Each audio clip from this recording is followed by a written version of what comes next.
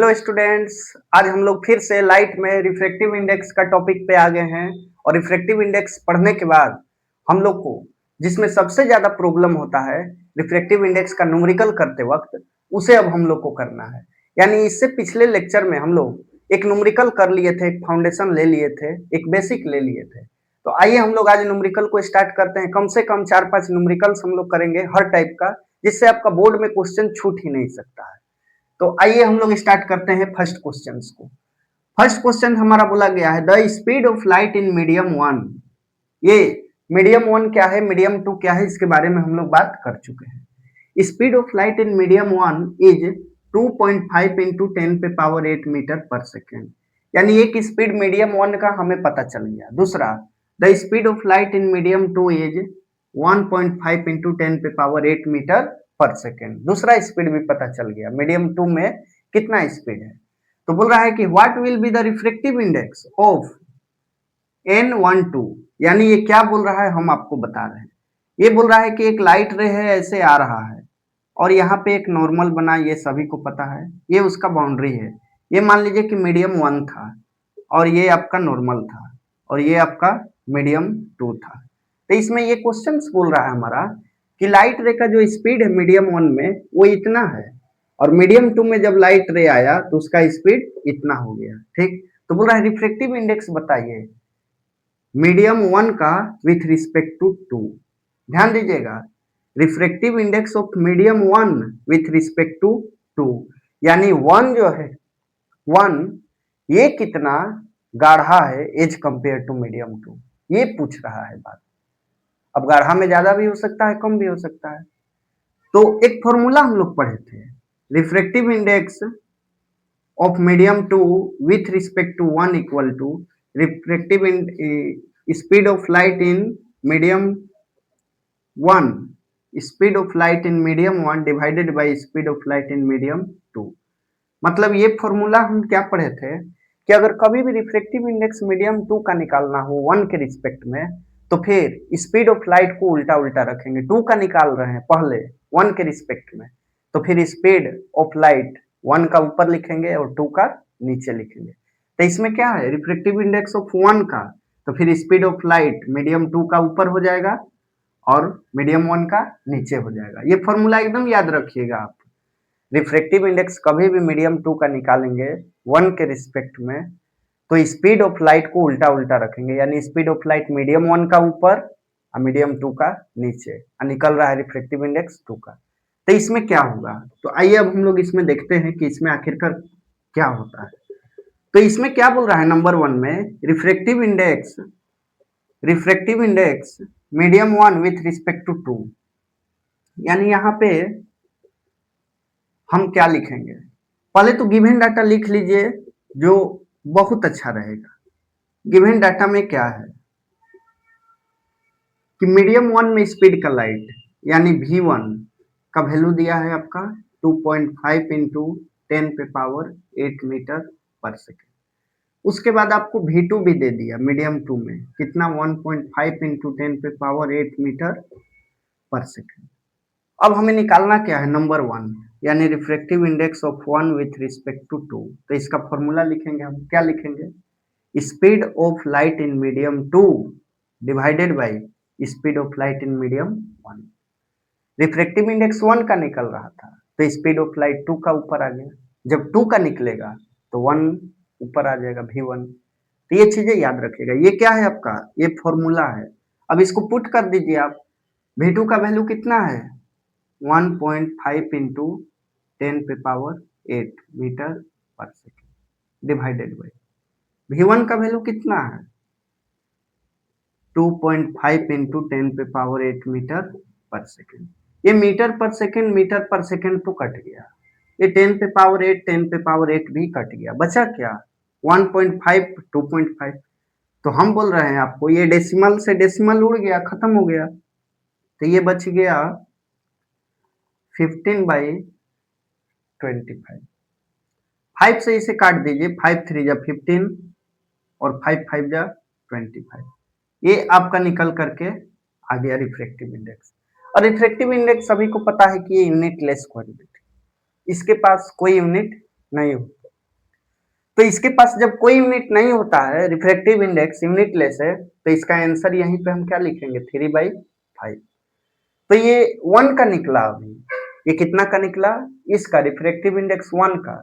अब मेरा मकसद क्या है, रिफ्रैक्टिव इंडेक्स 2 निकालेंगे 1 के रिस्पेक्ट में। तो यहीं पे निकाल लेंगे हम लोग पास में ही। Refractive index of 2 with respect to 1। इस बार फॉर्मूला में स्पीड ऑफ लाइट क्या लिखेंगे? v1 ऊपर और v2 नीचे। ये बार बार हम बोल रहे हैं कि क्या है? फॉर्मूला है।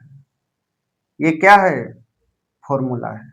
अब देखिएगा यहां ध्यान से, v1 का वैल्यू कितना है, इसी को पलट दीजिए। ये हो गया आपका 2.5 इंटू 10 पे पावर 8 डिवाइडेड बाई v2 का वैल्यू कितना है? 1.5 इंटू 10 पे पावर 8। ये और ये कैंसिल हो गया, ऊपर में बच गया आपका 25 डिवाइडेड बाई 15। ये डेसिमल से डेसिमल उड़ गया, 5 5 जा 25, 5 3 जा 15। ये आ गया आपका 5/3 आंसर, और इसमें आया था 3/5 आंसर। तो इसमें क्या किए हैं हम लोग? कुछ नहीं किए हैं। रिफ्रैक्टिव इंडेक्स 1 का निकालना था 2 के रिस्पेक्ट में, तो फॉर्मूला होता है refractive index of 1 with respect to 2। तो स्पीड ऑफ लाइट 2 का ऊपर लिख देंगे। जब 1 का रिफ्रैक्टिव इंडेक्स निकालेंगे तो 2 का स्पीड जो है, मीडियम 2 का स्पीड पहले लिख देंगे, और जब 2 का रिफ्रैक्टिव इंडेक्स निकालेंगे तो स्पीड ऑफ लाइट मीडियम 1 का पहले लिखेंगे, यानी उल्टा उल्टा चलता है स्पीड ऑफ लाइट, ठीक, रिफ्रैक्टिव इंडेक्स से। अब बस वैल्यू पुट किए और हमारा क्या हुआ? आंसर आ गया। तो उम्मीद करते हैं कि ये न्यूमेरिकल्स आपको एकदम क्लियर हो गया होगा, और डिटेल से इसको बताने के बाद आपके माइंड में ये सेट हो गया होगा। तो अब हम लोग नेक्स्ट न्यूमेरिकल की ओर बढ़ेंगे। तो हम लोग का अब ये सेकंड न्यूमेरिकल आपके पास है।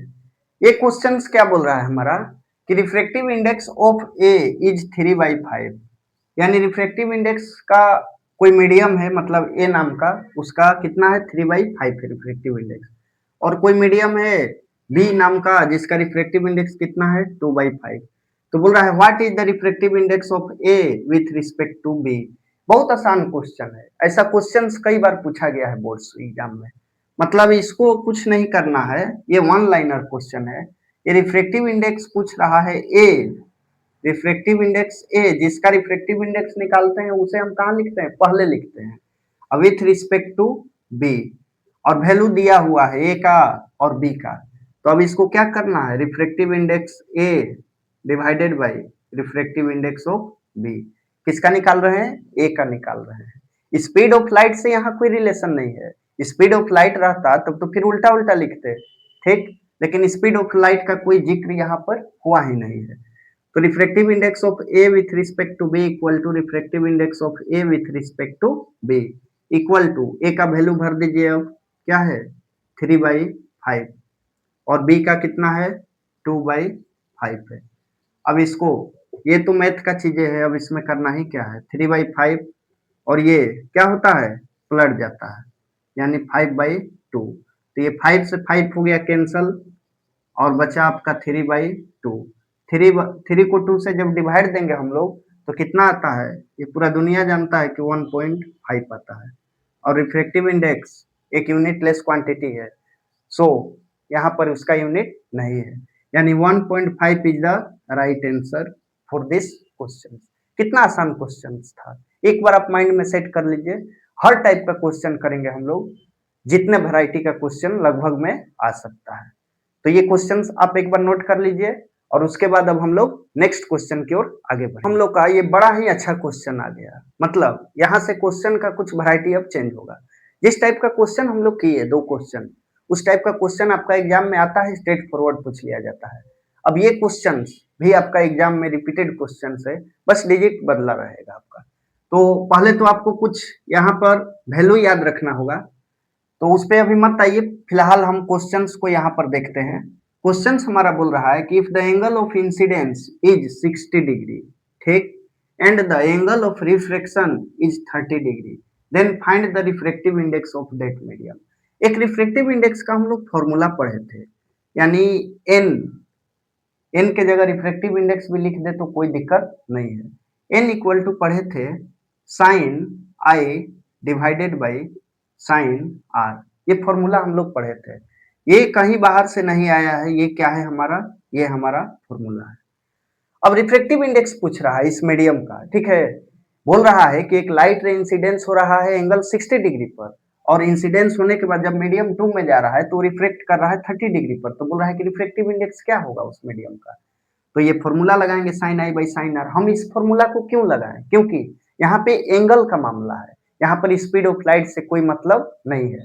तो जहां जिस टाइप का क्वेश्चन रहेगा उस टाइप का फॉर्मूला अप्लाई करना पड़ता है, और ये जब आप जान गए कहाँ किस फॉर्मूला को यूज करेंगे तो आप आधा क्वेश्चन सॉल्व कर लिए। तो यहाँ पे आइए हम लोग सॉल्व करते हैं। n equal to sine I, angle of incidence को आई बोला जाता है, कितना है 60 डिग्री, यानी यहाँ लिख दिए साइन आई की जगह पर 60 degree divided by sine R है, यानी एंगल ऑफ रिफ्लेक्शन कितना है 30 डिग्री। तो साइन हो गया आर के जगह पर आपका कितना 30 डिग्री। यहां तक उम्मीद करते हैं कि आपको क्लियर होगा।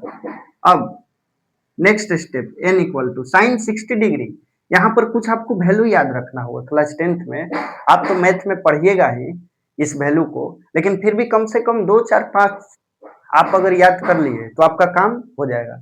जैसे साइन 0 डिग्री का वैल्यू 0 होता है, साइन 30 डिग्री का 1/2 होता है, साइन 45 का 1/√2 होता है, साइन 60 का √3/2 होता है, और साइन 90 का 1 होता है।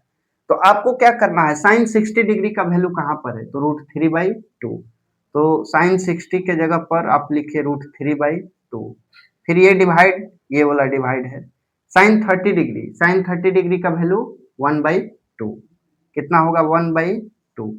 अब इसको यहाँ से यहाँ पर बनाया जा रहा है, यानी रिफ्रैक्टिव इंडेक्स इक्वल टू, ये तो आपका उसी तरह हो गया √3/2। अब यहाँ देखिए ये क्या है, नीचे में है तो पलट जाएगा, तो ये हो जाएगा आपका 2/1।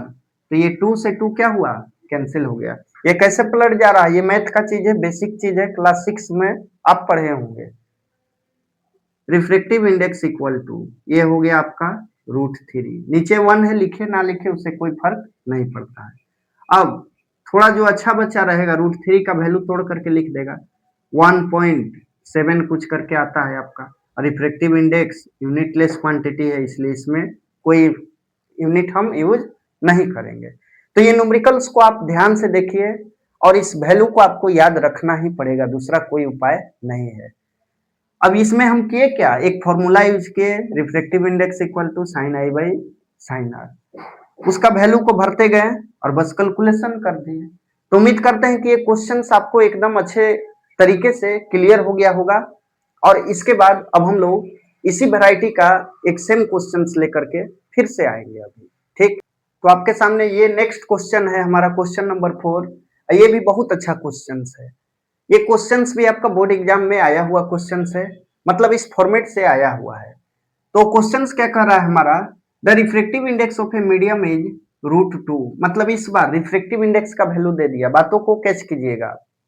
बोल रहा है if the angle of incidence is 45 degree, यानी साइन आई दे दिया, then find the angle of reflection, sine R पूछ रहा है। मतलब हम सब लोग जानते हैं refractive index equal to sine I by sine R होता है। एन का तो वैल्यू दे दिया है, एन बोले तो रिफ्रैक्टिव इंडेक्स का, ये दिया है आपका √2, इसके जगह लिख दिए √2। साइन आई का भी वैल्यू दे दिया है, कितना 45 डिग्री, यानी साइन 45 डिग्री डिवाइडेड बाई, ध्यान दीजिएगा, डिवाइडेड बाई साइन आर, यानी एंगल ऑफ रिफ्लेक्शन ही हमें क्या करना है, निकालना है। तो इसको उसी तरह लिख देंगे हम साइन आर को, ये क्रॉस मल्टीप्लाई कर दीजिए, क्योंकि हमें क्या चाहिए, साइन आर चाहिए। तो क्रॉस मल्टीप्लाई करेंगे तो हो जाएगा √2 साइन आर इक्वल टू, यहाँ कुछ नहीं रहता है तो 1 रहता है, ये इससे क्रॉस मल्टीप्लाई करेगा तो ये हो जाएगा आपका साइन 45 डिग्री। यहाँ तक उम्मीद करते हैं कि कोई तकलीफ नहीं होना चाहिए आपको, क्यों, क्योंकि इसमें हम किए ही क्या है, फॉर्मूला पुट किए, उसका वैल्यू भरते आए हैं। हमें क्या चाहिए, ये आर चाहिए, तो क्रॉस मल्टीप्लाई कर दिए हैं। अब ध्यान दीजिएगा, ये साइन आर हमें निकालना है, तो हम साइन आर इक्वल टू ये लिख देंगे यहाँ sine 45 degree, sine 45 degree divided by, ये √2 कहाँ आ जाएगा, नीचे आ जाएगा, ये √2 कहाँ आ जाएगा, नीचे आ जाएगा। अब यहाँ पर समझिएगा जरा ध्यान से बातों को, हम अगर यहाँ लिख दे sine r equal to sine 45 degree का वैल्यू कितना 1/√2, यानी यहाँ अगर हम लिखते हैं 1/√2 डिवाइडेड बाई नीचे में क्या है √2 है, नीचे में क्या है √2 है। अब क्या होगा ये पलटेगा, कुछ नहीं रहता है तो नीचे में 1 मान लिया जाता है, ये रूल है, आप नहीं भी मान सकते हैं लेकिन 1 मानिएगा तो पलटने में थोड़ा आपको आसानी रहेगा। साइन आर इक्वल टू ये तो आपका हो गया 1/√2 इंटू ये पलट गया, यानी ये हो गया ऊपर 1 चला गया और नीचे √2। ये जो पलटने वाला हम बात बोल रहे हैं एक्सचेंज होने वाला बार बार, ये आपका बेसिक मैथ है। ये 2 टर्म है और नीचे 2 टर्म है, बीच में डिवाइड है, तो जब ये ऊपर आता है तो ये नीचे वाला ऊपर और ऊपर वाला नीचे आ जाता है। अब क्या इसमें करेंगे हम, यहाँ पे लिख सकते हैं साइन आर इक्वल टू ऊपर में तो आपका 1 हो गया और नीचे में √2 इंटू √2 कितना होता है 2 होता है। ये चीजें याद रखिएगा, √3 को भी अगर √3 से मल्टीप्लाई करें तो 3 आता है, √4 को अगर कर देंगे √4 से मल्टीप्लाई तो 4 आता है, तो यहाँ √2 इंटू √2 2 हो गया।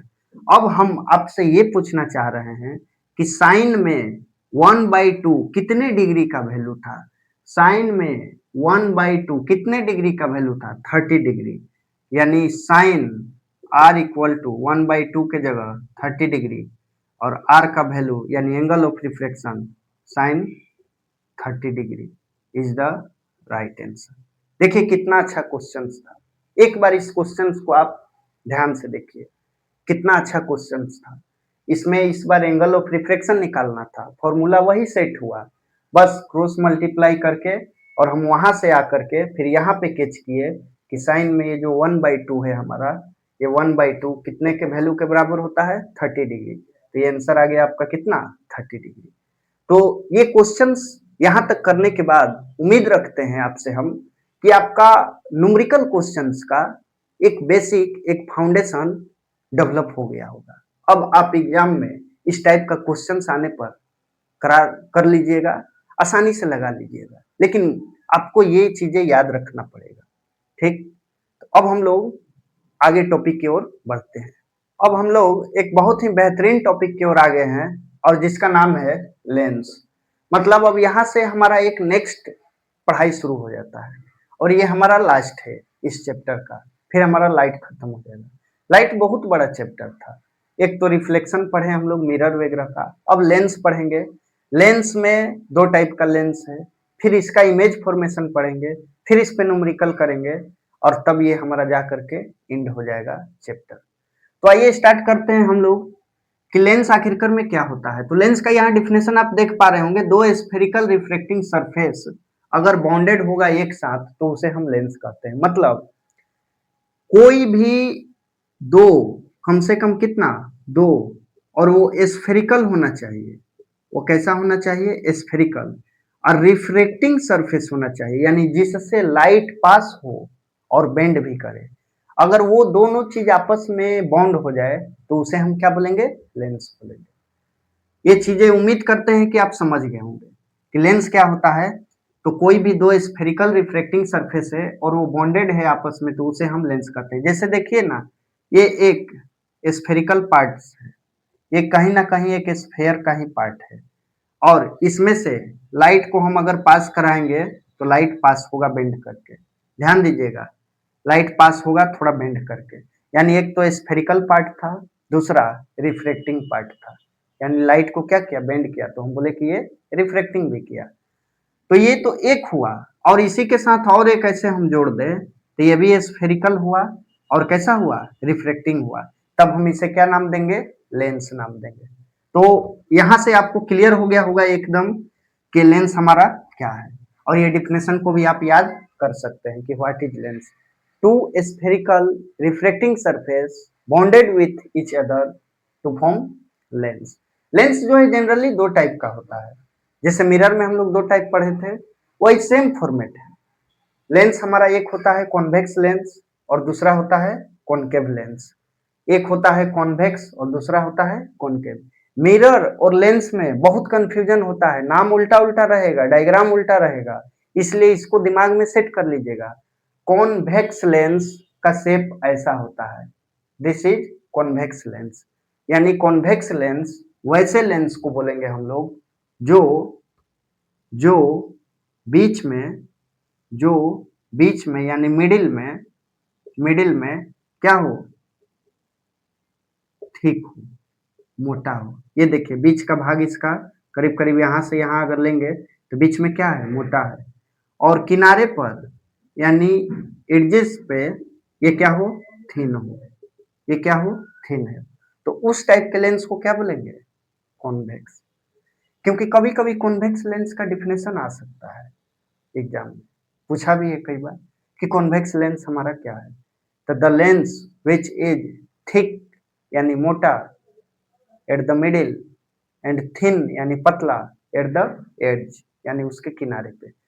तो ये उसका एग्जाम्पल रहा और ये उसका डायग्राम रहा। कौन सा लेंस, कॉन्वेक्स का।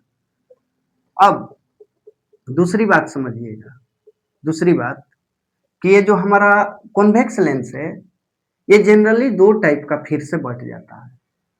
एक तो ये कॉन्वेक्स है, देखिए ये बीच का पार्ट्स अगर मोटा रहे, बीच का पार्ट्स अगर मोटा रहे और किनारे का पतला रहे तो क्या कहलाता है, कॉन्वेक्स। और फिर एक इधर से हम ला करके जोड़ दिए, बीच का पार्ट मोटा है और किनारे का पतला है, तो ये दो दो ला करके जोड़ दिए हम। कितना लाए, दो लाए। तो इसलिए इसका नाम आ जाएगा आपका बाई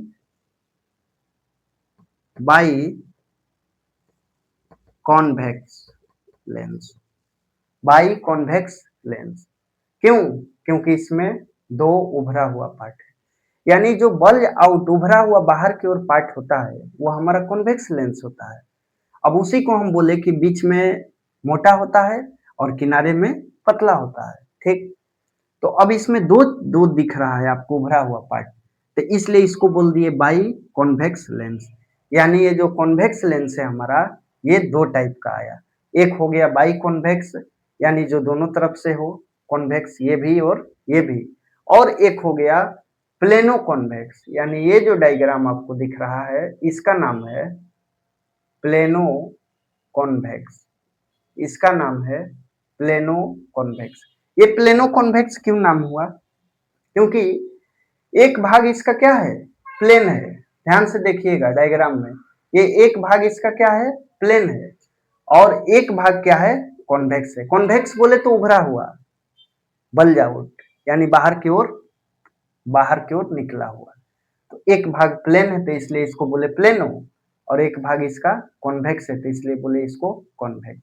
यानी कॉन्वेक्स लेंस हमारा दो टाइप का निकल करके आ गया। कौन कौन, एक बाई कॉन्वेक्स लेंस जिसमें दोनों तरफ कॉन्वेक्स हो, और एक प्लेनो कॉन्वेक्स लेंस। तो हमारा क्लास 10th में इसी को पढ़ना है, बाई कॉन्वेक्स को, फिर भी एक्स्ट्रा के तौर पे हम बता दिया आपको।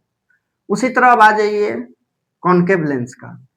कॉन्केव लेंस क्या होता है, वैसा लेंस जो बीच में यानी जो मिडिल में थिन हो, पतला हो। ये देखिए बीच में पतला है, ये इसका बीच का पोर्शन है, तो बीच में कैसा है, पतला है, दोनों तरफ से चिपटा है, ठीक। और किनारे पर क्या हो, मोटा हो, ठीक हो। यानी जस्ट इसके उल्टा, जस्ट इसका अपोजिट। तो इस टाइप का लेंस हमारा क्या कहलाता है, कॉन्केव लेंस कहलाता है। अब ये भी आपका कितना, दो टाइप का निकल करके आ गया। पहला by concave lens. By concave lens ये है, एक तो ये कॉन्केव था आपका। कॉन्केव का मतलब क्या, जो बीच में पतला और किनारे पर मोटा, और फिर इसके साथ एक जुड़ गया ये, तो इसलिए ये हो गया बाई। बाई का मतलब ही होता है दो, और कॉन्केव लेंस, तो ये कहलाया आपका बाई कॉन्केव लेंस। दूसरा होता है हमारा प्लेनो कॉन्केव लेंस। ये एक भाग देखिए इसका फिर से क्या दिख रहा है, प्लेन, और ये एक भाग कॉन्केव दिख रहा है। केव मतलब केव के तरह, गुफा के तरह। एक भाग इसका क्या दिख रहा है, केव के तरह, यानी इसका नाम पड़ गया प्लेनो कॉन्केव लेंस। अब हम यहाँ पर एक बार फिर से ओवरव्यू दे दे रहे हैं कि हम लेंस पढ़े, लेंस में कॉन्वेक्स और कॉन्केव। कॉन्वेक्स जो है दो टाइप का निकल गया, एक बाई कॉन्वेक्स यानी ये दोनों तरफ से बल्जिंग आउट था, उभरा हुआ, एक है प्लेनो कॉन्वेक्स, ये भी दो टाइप का निकल गया, एक बाई कॉनकेव और दूसरा जो है प्लेनो कॉनकेव निकल गया। तो ये दो टाइप का हम लेंस पढ़े, हमारे सिलेबस में यही पढ़ना है आपका, ये और इधर में ये पढ़ना है। ठीक, तो यहाँ तक उम्मीद करते हैं कि आपको क्लियर हो गया होगा एकदम हर एक चीज। अब इसके बाद हम लोग क्या करेंगे कि हम लोग अपने नेक्स्ट टॉपिक की ओर आगे बढ़ेंगे कि आखिरकार में ये जो लेंस हम पढ़ रहे हैं, इस लेंस का और क्या क्या फॉर्मेट हो सकता है, मतलब अब हमारा मेन पढ़ाई शुरू हो रहा है। तो पहले हम बात करेंगे आपका कॉन्वेक्स का। First I will talk about convex lens. कौन सा? Convex lens. कॉन्वेक्स लेंस में समझिएगा ध्यान से, ये हमारा एक कॉन्वेक्स लेंस है, ठीक। तो कहीं ना कहीं ये एक स्फीयर का पार्ट है, ये कहीं ना कहीं एक स्फीयर का पार्ट है, ये एक गोले का पार्ट है। ये देखिए, ये जो पार्ट दिख रहा है आपको, ये कहीं ना कहीं ये गोले से ही काट के निकाला गया है, और इसके साथ जो बॉन्डेड है ये पार्ट, ये भी कहीं ना कहीं क्या है, एक स्फीयर का पार्ट है। ये स्फीयर बड़ा छोटा पर मत जाइएगा, क्योंकि हम लोग यहाँ पर पेंसिल से नहीं बना रहे हैं, एक रफली बना रहे हैं। तो ये जो स्फीयर का पार्ट है, ये जो स्फीयर का पार्ट है, यानी एक चीज तो हमें पता चल गया कि जो हमारा कॉन्वेक्स लेंस है वो टू स्फेरिकल पार्ट से मिलकर के बना हुआ रहता है। कितना? दो स्फेरिकल पार्ट से। तो जब दो स्फेरिकल पार्ट से मिलकर बना हुआ रहता है, तो आप सीधा बात को समझ सकते हैं कि इस स्फीयर का एक होगा सेंटर ऑफ कर्वेचर, जो मिरर में हम लोग पढ़े थे, सी यानी सेंटर होगा। एक इस स्फीयर का भी सेंटर होगा, सी होगा। एक इस स्फीयर का होगा और एक इस स्फीयर का सेंटर होगा, ठीक। अब हम ये बोलना चाह रहे हैं आपसे कि ये जो सी है, ये जो सी है, तो इस लेंस का अगर हम बात करें, इस लेंस का यहां से अगर हम बात करें, तो यहां से इसका ये डिस्टेंस जो है रेडियस ऑफ कर्वेचर कहला जाएगा। क्यों? क्योंकि आप सबको पता है कि एक सर्कल का सेंटर से और यहाँ तक का पार्ट्स को क्या बोलते हैं? रेडियस। तो ये कर्व पार्ट है, इसलिए इसका नाम पड़ गया रेडियस ऑफ कर्वेचर। यानी इसको हम लोग मान लीजिए कि R1 मान सकते हैं। क्यों R1 मानना पड़ा? क्योंकि इसका भी तो रेडियस ऑफ कर्वेचर आएगा। फिर इस लेंस का यहां से यहां वाले पार्ट को हम R2 बोल देंगे, यानी ये रेडियस ऑफ कर्वेचर दूसरा है इस लेंस के लिए, ये रेडियस ऑफ कर्वेचर दूसरा है। अब यहाँ पे आपको एक चीज दिखाई दे रहा होगा कि लेंस में दो दो रेडियस ऑफ कर्वेचर निकल गया। तो जैसे मिरर में पढ़े थे हम लोग, तो इसमें फोकस भी कितना मिलने वाला है हमें? दो। फोकस भी कितना मिलेगा? दो मिलेगा। अब यहाँ पे एक बात को ध्यान दीजिएगा, एक बात को ध्यान दीजिएगा कि ये जो लाइन है, ये जो लाइन है, ये पूरे सर्कल का, और ये जो लाइन है इस पूरे सर्कल का, इस लाइन को हम लोग बोलते हैं प्रिंसिपल एक्सिस। इस लाइन को हम लोग बोलते हैं प्रिंसिपल एक्सिस। यानी ये जो पार्ट्स दिख रहा है स्फीयर, और ये जो पार्ट्स दिख रहा है स्फीयर, ये जो लाइन ज्वाइन हो रहा है रेडियस ऑफ कर्वेचर का, यानी पूरा जो डायमीटर है इसका और इसका जो पूरा डायमीटर है, इस लाइन को हम लोग बोलते हैं प्रिंसिपल एक्सिस। यानी इसका प्रिंसिपल एक्सिस आपका ये कहलाया।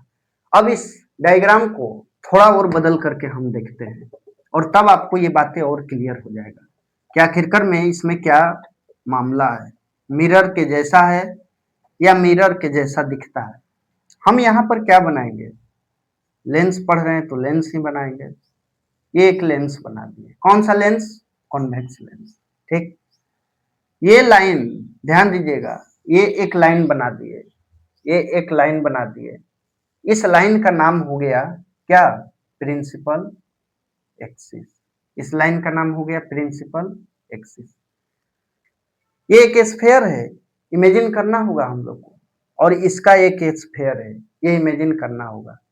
यहाँ पे कुछ सी लिख सकते हैं और इसका सेंटर ऑफ कर्वेचर इधर लिख सकते हैं, लेकिन हमें सेंटर ऑफ कर्वेचर लिखने का अभी जरूरत नहीं है। तो होता क्या है कि ये जो प्रिंसिपल एक्सिस है, अगर हम इधर से कोई लाइट रे को पैरेलल ला रहे हैं, ये लाइट रे अगर पैरेलल आता है प्रिंसिपल एक्सिस का, किस लेंस में, कॉन्वेक्स में, तो ये मिरर तो है नहीं कि लाइट रे आपका टकराने के बाद वापस लौट जाएगा, मिरर तो है नहीं। तो अगर लाइट रे आपका पैरेलल आ रहा है यहाँ पर, तो लेंस है तो लाइट को क्या करेगा, बेंड करेगा, रिफ्रेक्ट करेगा। तो ये लाइट रे यहां से रिफ्रेक्ट होके इस पॉइंट से पास हो गया, ठीक। अब फिर से अगर पैरेलल टू प्रिंसिपल एक्सिस हम लाए लाइट रे, तो ये लाइट रे बेंड होकर इस फोकस से पास हो गया, इस पॉइंट से पास हो गया, जिस पॉइंट को हम बोलते हैं फोकस, जिस पॉइंट को हम बोलते हैं फोकस। अब ये कंडीशन आपका, अगर इधर से भी लाइट रे लाएंगे इधर से, तो इस पॉइंट से कुछ पास होगा, तो यहाँ पे एक बन जाएगा फोकस। यानी मान लीजिए कि इधर से अगर लाइट रे आएगा ऐसे ऐसे ऐसे, तो यहाँ से बेंड कर जाएगा, हम इधर से लाए तो यहाँ बेंड किया, यानी इस कॉन्वेक्स लेंस में दो दो फोकस निकल करके आ गया, एक ये हो गया, एक ये हो गया। तो लेफ्ट साइड के फोकस को हम F1 मान लेते हैं, ये हमारा साइंस, हमारा फिजिक्स माना है अपने सुविधा के लिए, ताकि कंफ्यूजन ना हो आगे। और ये जो फोकस आपको दिखाई दे रहा है, इसको हम लोग F2 मान लेते हैं। दूसरी बात, ये F1 हो गया, ये F2 हो गया। अब जो सेंटर ऑफ कर्वेचर था इसका C, और इसका जो C था, तो ये F1 जो है और ये C जो है जस्ट इतना ही डिस्टेंस पर है। यानी कहने का मतलब क्या है कि ये जो F1 का डिस्टेंस है, पहला नंबर तो ये लेंस का एक बीच में पार्ट होता है जिसे हम लोग बोलते हैं ऑप्टिकल सेंटर, जिसे हम लोग बोलते हैं ऑप्टिकल सेंटर, ठीक, लेंस के बीच वाले पार्ट को।